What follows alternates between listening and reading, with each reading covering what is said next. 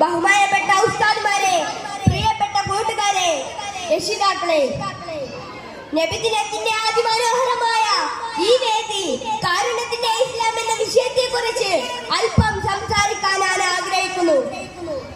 കാരുണ്യത്തിന്റെ മതമാണ് ഇസ്ലാം എന്നത് നമുക്കെല്ലാവർക്കും അറിയാമല്ലോ.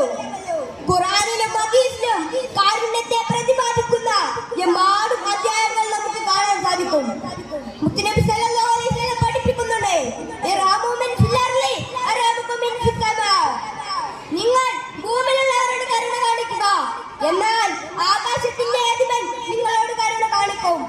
അല്ലാഹുവിന്റെ ഇസ്മുകളിൽ പ്രധാനപ്പെട്ടതാണ് അർ-റഹ്മാൻ, ഏവർക്കും കരുണ കാണിക്കുന്നവൻ എന്നാണ് അത് അർത്ഥമാക്കുന്നത്.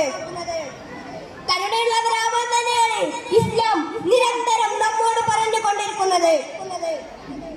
രണ്ടാം ഖലീഫ ഉമർ റളിയല്ലാഹു അൻഹു കർമ്മോത്സുകനും യോഗ്യനുമായ ഒരാളെ കണ്ടെത്തി ഗവർണറാക്കാൻ തീരുമാനിച്ചു.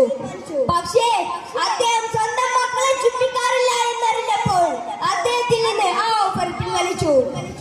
ഉമർ റളിയല്ലാഹു അൻഹു പറഞ്ഞത്, സ്വന്തം മക്കളോട് കാണിക്കാത്ത കരുണ എങ്ങനെ ജനങ്ങളോട് കാണിക്കും എന്നതായിരുന്നു.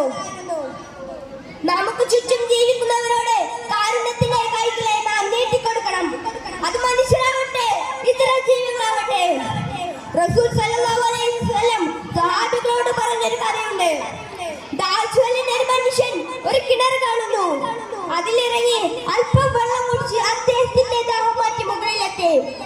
അപ്പോൾ അവിടെ ഒരു നായ ദാഴ്ചവലിന് മണ്ണ് കപ്പുന്നു.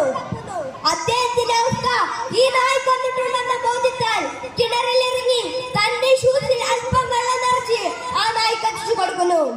ആ നായയുടെ ദാഹം മാറ്റി. അദ്ദേഹത്തെ പടച്ച റബ്ബ് തൃപ്തിപ്പെടുകയും മുഴുവൻ പാപങ്ങൾ പുറത്തു കൊടുത്തു. എന്റെ ശബ്ദം ശ്രവിക്കുന്ന ശ്രോതാക്കളെ, നാം മുസ്ലിം ആവുന്നത് നമുക്ക് ചുറ്റും ജീവിക്കുന്നവരോട് കാരുണ്യത്തിന്റെ കൈകളെ നാം നീട്ടിക്കൊടുക്കണം.